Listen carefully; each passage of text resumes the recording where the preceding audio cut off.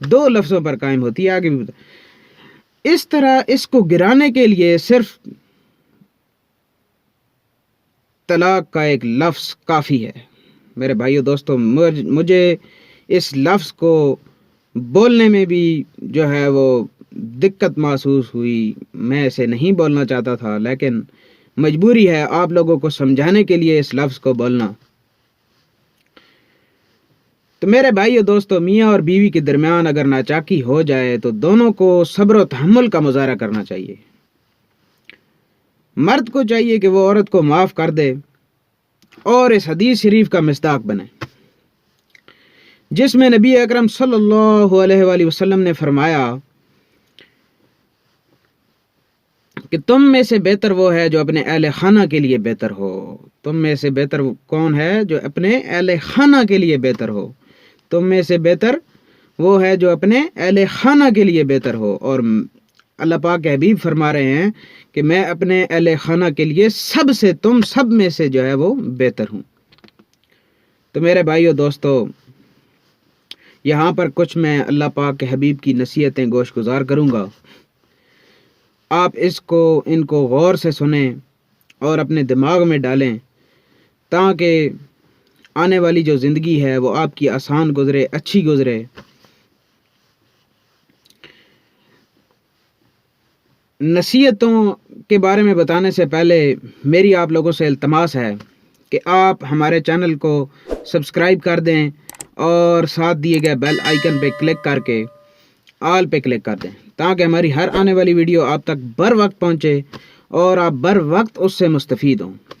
کیونکہ میرے بھائیو دوستو، کچھ ایسی چیزیں ہوتی ہیں جو آپ کو اگر بر وقت نہ پتہ چلیں تو بعد میں پچھتاوا ہوتا ہے اور اس پچھتاوے کا کوئی فائدہ نہیں ہوتا.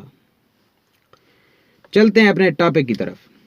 تو میرے بھائیو دوستو، نبی اکرم صلی اللہ علیہ وآلہ وسلم نے فرمایا، عورتوں کے بارے میں میری نصیحت کا ہمیشہ خیال رکھنا.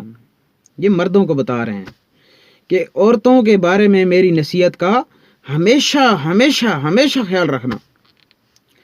کیونکہ عورت پسلی سے پیدا کی گئی ہے اور پسلی میں سب سے زیادہ ٹیڑھا اوپر کا حصہ ہوتا ہے.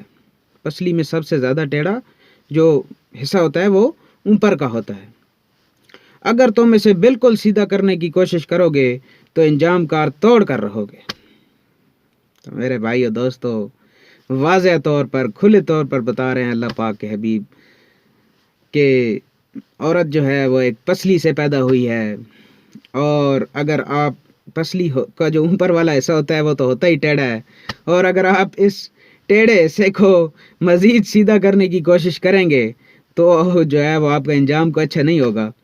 تو میرے بھائیو دوستو، اگر اس ٹیڑھی پسلی کو یوں ہی چھوڑ دو گے تو ویسے ہی ٹیڑھی رہے گی اور تم اس کے ٹیڑھے پان کے باوجود اس سے فائدہ اٹھا سکتے ہو. بس تم لوگ عورتوں کے بارے میں میری نصیحت مانو اور عورتوں سے اچھا سلوک کرتے رہو. تو میرے بھائیو دوستو، ہمیں معلوم کیا ہوا کہ عورت فطری طور پر کمزور ہے، کمزور ہے، کمزور ہے. اس سے ضرور کوتاہی ہو جاتی ہے، لیکن شوہر کو بہتر سلوک کرنا چاہیے، ورنہ غصے میں آ کر طلاق کی نوبت آ جائے گی. اس لیے میرے بھائیو دوستو، بہت بہت بہت احتیاط کی ضرورت ہے، بہت احتیاط کی ضرورت ہے. میری اللہ تعالیٰ سے دعا ہے کہ تمام مسلمانوں کو شادی شدہ جوڑوں میں، شادی شدہ جو جوڑے ہیں ان کو آپس میں محبتیں، اتفاق، اتحاد، اعتماد جو ہے وہ ان کے دلوں کے اندر پیدا فرمائے، ان کے دلوں میں محبتیں اور الفتیں ڈال دیں اور بڑھا دیں. انشاءاللہ العزیز نیکسٹ ٹاپک کے ساتھ حاضر ہوں گے. تب تک کے لیے ہمیں اجازت دیں. وآخر دعوانا ان الحمدللہ رب العالمین.